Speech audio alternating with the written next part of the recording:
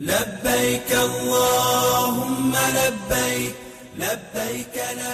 د طواف تر 2 رکعته لمانځه وروسته د یوې معلومې دعا کولو حکم. 378 پوښتنه: د طواف تر 2 رکعته لمانځه وروسته د یوې معلومې دعا کول شته او که نه؟ ځواب: د طواف تر 2 رکعته لمانځه وروسته د آدم علیه السلام دغه دعا کول مستحب دي، لازم نه دي.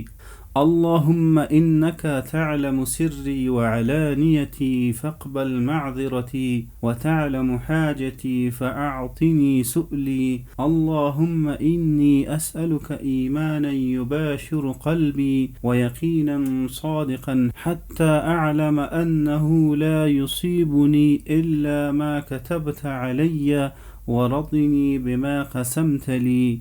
ترجمه: الله جل جلاله آدم علیه السلام ته وحی وکړی چې ستا د اولادې څخه به هیڅوک داسې را نشي چې ستا په شان دعا وکړي مګر زه به هغه ته بخښنه وکړم او غمونه به یې لرې کړم او فقر به ورڅخه لرې کړم او د ده حاجتونه به ورپوره کړم او دنیا به وده ته ذلیله راځي که څه هم دی د دنیا اراده نه لري.